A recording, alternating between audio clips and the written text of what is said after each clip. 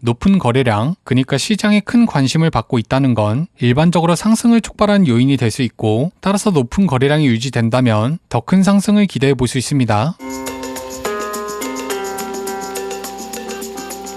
네, 안녕하세요. 폰크입니다. 오늘도 비트코인에 관해서 이야기해 볼 거고요. 그 전에 앞서서 지난 영상 복귀 먼저 하고 올게요. 지난 26일 오후 9시, 그러니까 정확하게 이때죠. 유튜브에 관점을 올렸었는데요. 한 줄로 요약하자면 롱 포지션 진입. 자, 한번 보겠습니다. 공지한 시점 이후로 단 한 번의 조정도 없이 크게 상승했죠. 약 12K, 25% 상승. 저는 7배로 100% 수익. 자, 다음으로 넘어갈게요. 지난 27일 오후 9시, 그러니까 정확하게 이때죠. 유튜브에 관점을 또 올렸습니다. 한 줄로 요약하자면 또 롱 포지션 진입. 자, 한번 볼게요. 공지한 시점 이후로 단 한 번의 조정도 없이 상승했습니다. 약 7K, 13% 상승. 자, 넘어갈게요. 28일 오후 11시, 그러니까 정확하게 이때죠. 텔레그램의 관점을 공유했었는데요. 한 줄로 요약하자면 62.9K부터 62.6K까지 숏포지션 진입. 자, 한번 보겠습니다. 이 흰색 선이 저항 가격, 공지한 시점 이후로 쭉 상승해서 저항을 살짝 넘기고 약 7K 정도 하락했습니다. 얼추 맞은 것처럼 보이지만 실제로는 스탑로스가 나갔죠. 자, 복귀는 여기까지 하겠습니다. 앞선 복귀 내용처럼 먹을 땐 길게 먹고 잃을 땐 쥐꼬리만큼 잃어야 시드를 우상향시킬 수 있습니다. 100% 스윙 여러 번 먹어도 청산당하면 의미가 없죠. 최근 변동성이 심한 만큼 각별히 주의해야 돼요. 자, 잡설은 여기까지 하고 오늘 관점을 말해보겠습니다. 결론부터 말하자면 오늘도 롱을 보고 있어요. 내용이 많으니 빠르게 시작해보겠습니다. 첫 번째 상승 근거, 비트코인 ETF 거래량. 왼쪽 이미지는 ETF 거래량을 도식화한 데이터로 최근 3일 동안 엄청난 거래량이 터졌습니다. 특히 어제는 평소에 2배가 넘는 거래량이었죠. 높은 거래량, 그러니까 시장에 큰 관심을 받고 있다는 건 일반적으로 상승을 촉발한 요인이 될 수 있고, 따라서 높은 거래량이 유지된다면 더 큰 상승을 기대해 볼 수 있습니다. 두 번째 상승 근거, ETF 순 유입량. 앞선 ETF 거래량과 마찬가지로 순 입금량, 그러니까 쉽게 말해서 ETF를 사는 애들이 줄지 않고 있습니다. 지금 사는 것도 충분히 비싼 가격이지만 이들은 더 높은 곳을 보고 있는 것 같죠. 그렇다면 우리보다 비싸게 사줄 바보가 있으니 추가적인 가격 상승을 기대해 볼 수 있습니다. 초반에 유입되던 양에 비해서 날이 갈수록 더 늘어나고 있는 모양새죠. 세 번째 상승 근거, 고래 지갑. 왼쪽 이미지는 전 세계에서 비트코인을 가장 많이 들고 있는 지갑의 입출금 수량을 표기한 건데요. 그러니까 한마디로 고래들의 지갑이라는 거죠.